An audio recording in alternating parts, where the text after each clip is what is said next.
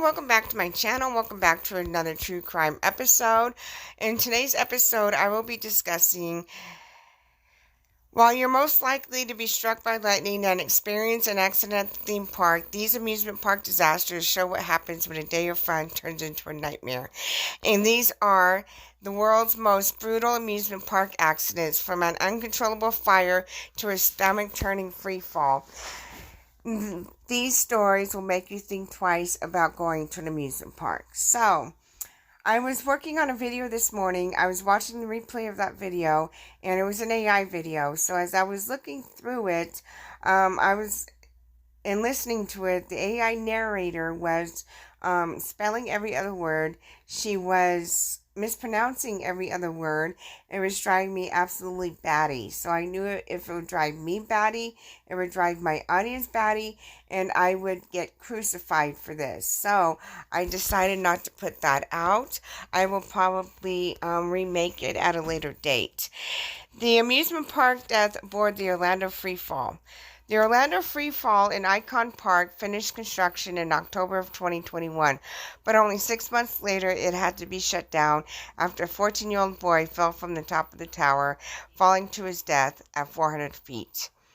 Wow. Samson was reportedly unsecured in his seat, so that when the free fall reached its peak at 430 feet, Samson slipped through the opening between his seat and the straits, falling to his death on March 24th, 2022. And the sad part is that Samson weighed 383 pounds when he died, exceeding the ride's weight limit of 285 pounds.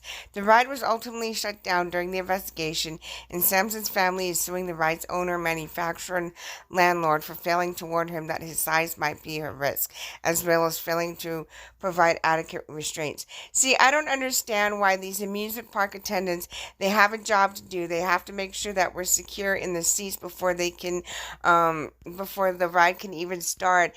And the ride attendant must have known that Samson was not in his seat. He also knew that Samson was overweight, but he still allowed Samson to ride that ride. If that ride operator would have spoken up and said, "Hey man, I'm sorry, but you exceed the weight limit on this ride. I can't let you on here," I'm sure Samson's feelings would have gotten hurt, but he would still be alive today. But yes, the ride operator is at fault for that because he did not tell Samson he exceeded the weight limit. The Six Flags Great Adventure Haunted Castle Fire. Six Flags Great Adventure has changed a lot since a terrible tragedy on May 11th, 1984 took the lives of 8 teenagers who were trapped inside the park's haunted castle when it caught fire. The haunted castle was constructed with 7 interconnected aluminum trailers and plywood frames, so when a foam pad inside caught fire, the entire structure went up in flames. Windy conditions that day made the fire spread too quickly for those stuck inside to escape. One partygoer described flames leaping 100 feet in the air. Thick black smoke was billowing up. At the time, Washington Post reported that the 8 bodies found among the debris were burned beyond recognition. Investigators had a hard time distinguishing them from the fake skeletons that had been used as props in the attraction. The incident was so widely publicized.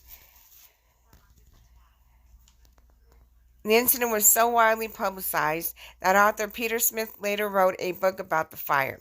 Everyone who was at Great Adventure that day, and anyone who lives around here, will never forget that day as long as they shall live. After the fire, Six Flags began updating the park with new sprinkler systems, smoke and heat detectors, and emergency generators, as well as adding an in-house fire brigade. The fire also spurred state legislators to enact new fire safety requirements for amusement buildings, particularly those which disorient, reduce vision, present barriers, or impede the flow of traffic. It's a shame all of those people had to die for a national law to be written. The most strict fire code in the nation. Yeah, it's really a shame that 8 people had to lose their lives, but at the same time, at least the park is now a bit more safer, and they have learned their lessons from that. I see. My thing is I love amusement parks. Those are one of my most favorite things to do. I'm terrified of heights, but I love going to amusement parks. They're a lot of fun. I'm like a really big kid at heart, really. The Luna Park Ghost Train Fire. The fire at Luna Park in Sydney, Australia still haunts the minds of generations of Australians. The park's entrance was a wide mouth to the grinning clown that attendees had to pass through before being stunned by the dazing lights and noise of the park. But while some people may have fond memories of the park, most remember it for the horrifying fire in June of 1979 that killed 7 people on the ghost train ride, 6 of whom were children. On the night of June 9, 1979, smoke billowed out of the ride while about 35 people were on it. But due to a host of issues, the ride sprinkler system failed to turn on. Park staff frantically tried to pull riders out of their cars as they exited the track.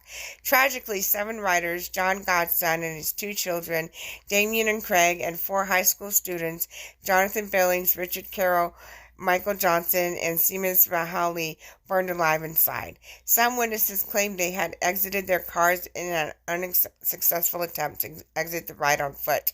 Staff claimed that they stayed seated. The cars would have automatically taken them out of the ride. The fire was originally thought to be caused by an electrical fault, but as 8 News later reported, arson may have been at play and then covered up. And just last year, the Minister for Police and Emergency Services, David Elliott, put out a $1 million reward for anyone who could provide information regarding the ghost train fire. I'm appealing to those who may know something but have not previously been inclined to assist. He said, "You now have a million reasons to come forward." This coincided with an ABC investigative series Exposed, the Ghost Train Fire, which explored the experiences of people who were at Luna Park that day in June, many of whom claimed to have heard people conspiring to commit arson. One interviewee, Les Dowd, described several men he saw in the park that day, all standing together wearing denim jackets. I heard one of them say, "I spread the kerosene out and I lit it with a match." Another one said, "You're a fool for doing it." They started running towards the exit. Others told ABC similar stories, and many of them said they felt pressured or bullied by police to stick to a certain story, one that drastically differed from their version of the truth. They stayed silent for over 30 years out of fear. Tina Shakeshaft said, "That someone's going to catch up with me." Wow, so it sounds to me like that fire was a setup from the very beginning. I'm thinking that maybe they did it on purpose to get the insurance money from that fire, but unfortunately, why do people have to do that? And it costs people their lives because of their stupidity, greed, and ignorance. I mean, it's just all sad and sick that you can't even go to an amusement park anymore and have fun. You have to worry about whether or not you're gonna, if you have to worry about whether or not you're gonna come out of that amusement park alive, then there's really no point in going. This is part 1. Thank you for watching. I am your host, Queen of True Crime all the time. Please like, subscribe, share, comment. Thank you.